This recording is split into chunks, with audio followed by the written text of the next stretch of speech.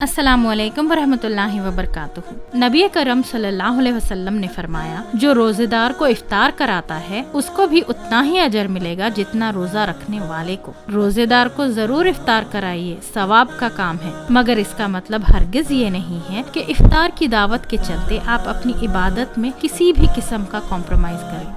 अक्सर देखा जाता है कि लोग इफ्तार की दावत को इतना लंबा चौड़ा बना देते हैं। इफ्तार हो तो जाता है, लेकिन लोग वहाँ बैठे इधर उधर की बातों में मसरूफ हो जाते हैं और इबादत को लाइट ले लेते हैं। नहीं, ऐसा मत करिए, वरना जो आपने सवाब कमाया है वो सब गवा देंगे एक ही झटके में। लिहाजा इफ्तार की दावतों को सादा तरीके से करिए। सादा तरीके से मतलब शोर शराबा हल्ला गुल्ला करने से परहेज करिए। इंस्टेड अगर आपको बातचीत ही करनी है तो कुछ दीन की बातें ही कर लीजिए। एक दूसरे के साथ दीन की नॉलेज शेयर करिए। जब लोग किसी जगह जमा होते हैं तो कुछ फरिश्ते होते हैं जो ऐसी मजलिसों को ढूंढते रहते हैं, ऐसी मजलिसों को जहाँ अल्लाह का जिक्र हो रहा है, और जैसे ही वो ये जिक्र होते हुए देख लेते हैं तो अपने पर फैलाकर घेर लेते हैं और उसके ऊपर के फरिश्ते उनको घेर लेते हैं, फिर उनके ऊपर के फरिश्ते उनको घेर लेते हैं, और इसी तरह आसमानों तक वो चले जाते हैं घेरते घेरते, एक के ऊपर एक, एक के ऊपर एक। और ये फरिश्ते वो मजलिस के लिए दुआ और इस्तग़फ़ार करते हैं। और जब ये मजलिस खत्म हो जाती है तो अल्लाह फरिश्तों से पूछता है कि क्या हुआ, कहाँ गए थे। हालांकि एक हदीस में आता है कि अल्लाह को सब पता होता है कि क्या हुआ, फिर भी अल्लाह उनसे पूछता है। और फरिश्ते कहते हैं कि ए अल्लाह, हमें एक मजलिस मिल गई और हम वहाँ गए और सुना कि वो लोग मजलिस में दुआएं कर रहे थे, इस्तग़फ़ार कर रहे थे, तौबा कर रहे थे, जन्नत तलब कर रहे थे और जहन्नम के अजाब से पनाह मांग रहे थे। इस पर अल्लाह ताला फरमाता है, तुम गवाह रहना, मैंने सबको दे दिया वो जो जो मांग रहे थे उस मजलिस में। तो फरिश्ते कहते हैं, लेकिन इस मजलिस में एक आदमी ऐसा था